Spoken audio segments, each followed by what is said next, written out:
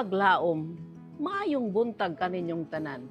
Ang atong hilisgutan karong Enero 26, giuluhan og ang panahon sa pagkatibulaag, bahin 1. Ang atong teksto makita sa Juan 16:32. Tanawa, muabot na ang takna, ug ania kini miabot na. Nga kamo patibulaagon. Mga kapaglaom, si Josiah Litch nagamit og mga pulong sa Biblia nga puno og kahulugan sa iya nga pagsulat duha ka adlaw human sa Oktubre nga kahigawad o disappointment nga usa kini ka mangit-ngit nga adlaw dinhi kay nagkatibulaag ang mga karnero ug wala gihapon maabot ang Ginoo. Ang halalom nga espirituhanong kahigawad o kasagmuyo malagmit musangpot kanunay sa pagkalibog ug pagkatibulaag sa mga tumutuo. Mao kini ang nahitabo sa mga Adventista nga Millerite sa ulahi nga bahin sa 1844 ug sayo sa 1845. Sa dili kaayo sakit nga pagkasulti, nangalibog sila samtang sila nangita og kahulugan sa ilang bagong kasinatian. Ang katas-on sa ilang pagtuo naghatod ngadto sa lalom nga pagkawalay paglaom.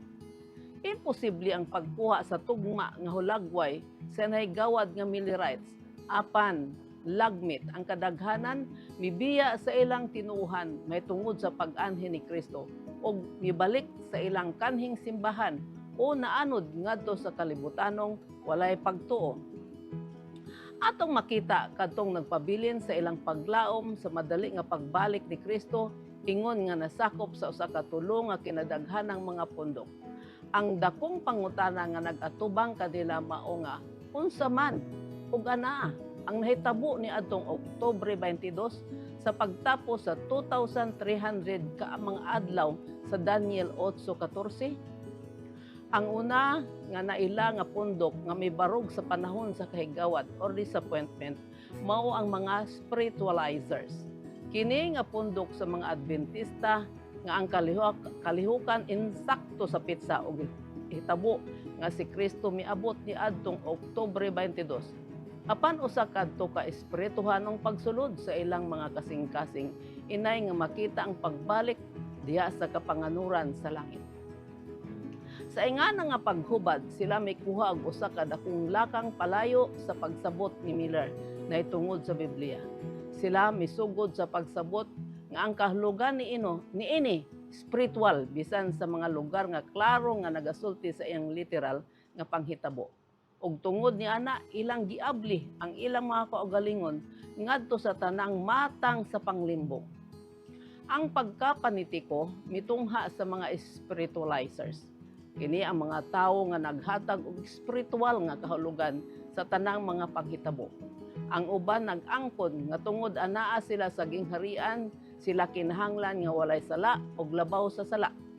Taliwala ni anang pundok ang uban may kuha og spiritual nga mga bana ug mga asawa nga misangpot nangadto sa pagkadili na gayud spiritual. Ang uban nagtuo nga tungod kay anaa naman sila sa ikapito nga milenyo, sayop na ang pagtrabaho. Ug ang uban pagayod nagsunod sa biblikal nga sugo nga ang mga sakop sa gingharian mahimong sama sa gagmay mga bata. Ilang isalibay ang tinidor ug kutsilyo, mukaon nga magkinamot ug mukamang palibot gamit ang ilang tuhod ug mga kamot. Klaro na kaayo nga mikaylap ang kadasig nga karismatiko taliwala sa ilang mga pundok. Adunay mahinungdanon nga leksyon alang kanato dinhi.